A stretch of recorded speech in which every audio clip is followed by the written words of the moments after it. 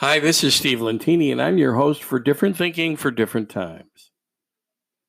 This is Season 2, Episode 14. So I wanted to start this week with a quote from Shunryu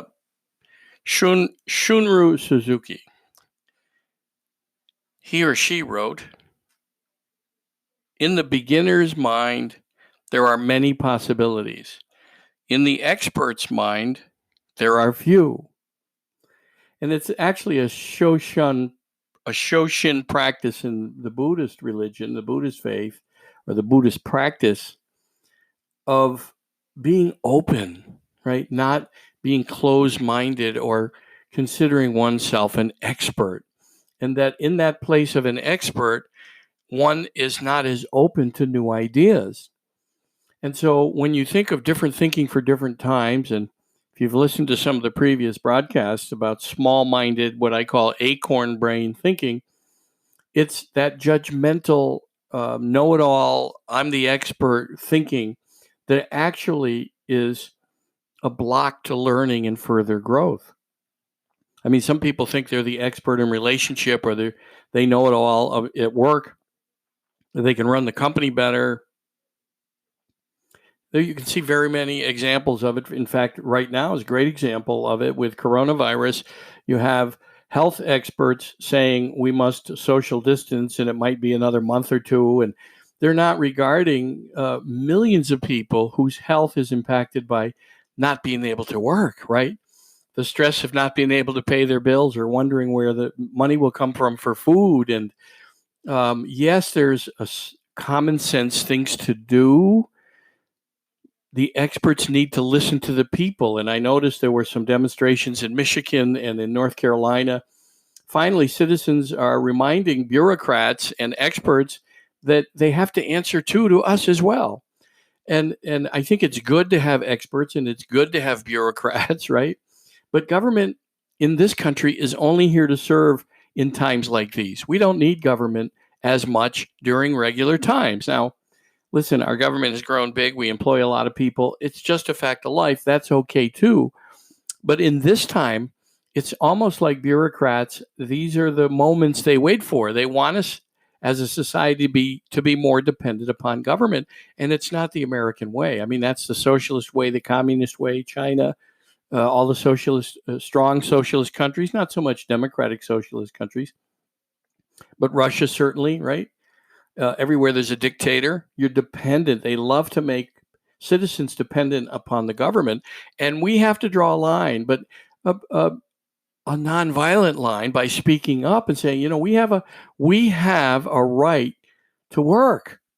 Now, common sense guidelines is what we need to call on the so-called experts with, and the same thing with bureaucrats. So get back to work, spread out in the cubicles, let more people work remotely, give more sick days. How about that? Give more sick days so that if you have the sniffles, stay home. And if you're working remotely, or let's say you do go in the office, all people should have the option of working remotely where it's possible, right? In a retail store, it's not so possible unless they have an online catalog. But where it's possible, stay home, work remotely if you don't feel good, because that's consideration for others. It's like the 6-foot distancing in stores right now. That's consideration of others. The face mask is consideration of others more than it is preventing us from getting a flu. My point is that you can see an example of when experts run awry. They run amok. It's the same thing with our elitist career politicians. And I'm not for one party or the other. I'm right in the middle. But you can see what happens. They think they know better. People that have been in government for 30, 40, 50 years, they're an unofficial ruling class. And it's not the way this government was intended. I've been talking before about term limits so that we have more people serve. Term limits, 1 8-year term, both houses of Congress. You gradually turn it over. And once you get to the full term of gradually turning over people who have been in there forever, and you put in the 8-year people, and every 2 years, a quarter of the Senate and the Congress would turn over. And eventually that's it. It would be every 2 years, a quarter of the Congress, and you'd eliminate the idea that it was a career as a politician. It was not intended by our founding fathers and mothers to be a career. It was do your work, go to Congress. In fact, we could even do that 1/4, 3 weeks, so 12 weeks a year, and they'd get a prorated pay for 12 weeks based on whatever they get paid for 52 weeks now. We don't need them in the halls of Congress 52 weeks a year. We have to start thinking differently, and in order to have something different, and I'm suggesting make sure that you're not an expert somewhere and closed off, and then make sure too that you speak up when experts, so-called experts, and again, I don't think they're bad. I just think that to have us forced to listen to experts without our input, reminding people how important it is that the masses of people go to work.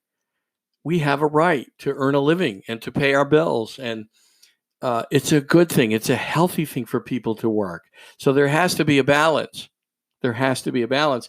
And common sense guidelines, safety, certainly distancing still, social distancing, more people working at home, extra sick time so people stay home in consideration of others, and things like that. Fewer people in restaurants, maybe it's 3/4 of the seating.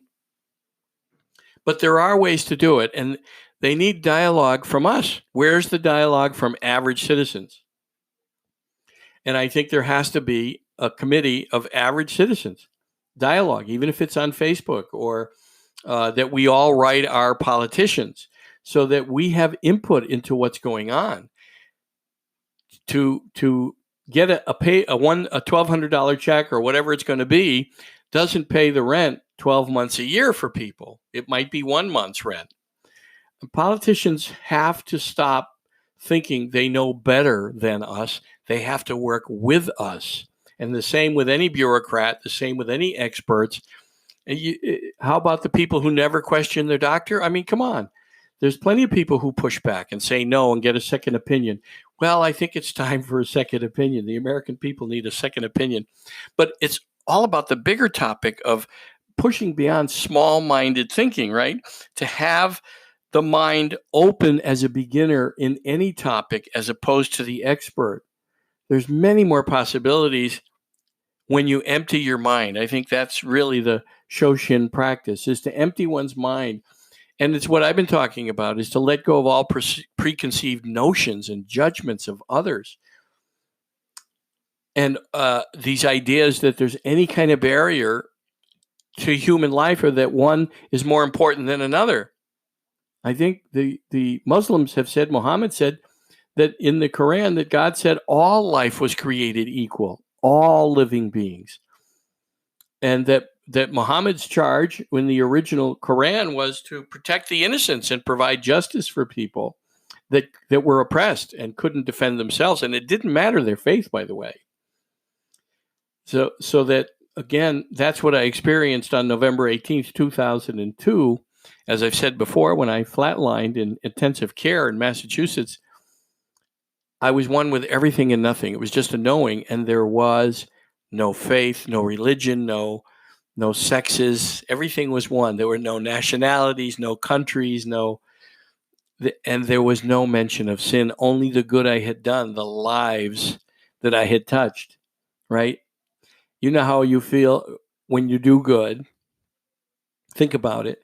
It's only our small-minded brain that has us judging and angry and not forgiving of others, and deciding one's better than someone else or less than others, or that one group or one sexual preference is worse than another, or not a right thing or a good thing. We're here to experience life fully and not to judge right or wrong. Let's leave that to the infinite, and you'll be surprised to see that you pay here for any mistake you make, and that God's not interested in you burning in hell forever. Again, that sounds small-minded, right?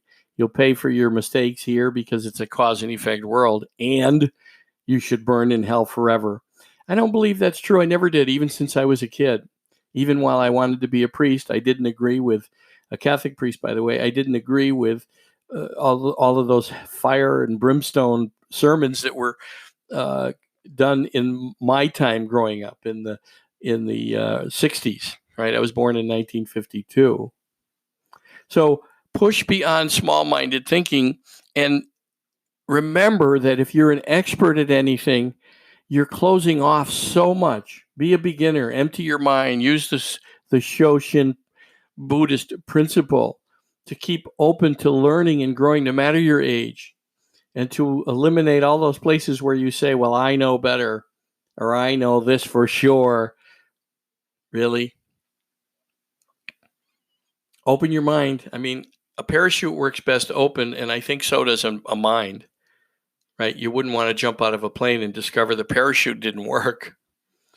It's the same thing with an open mind, pushing through acorn brain, small-minded, judgmental thinking into the infinite.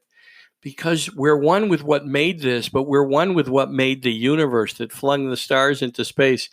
We're one with the infinite, and we are here to overcome all our challenges in this life and to find the good in everything and in everyone, including our experts, by the way, right? Including our experts, but let's not be afraid to stand up anywhere and direct people with different ideas, right?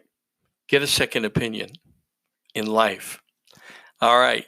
Any questions, Steve at stevelentini.com, Steve at stevelentini.com.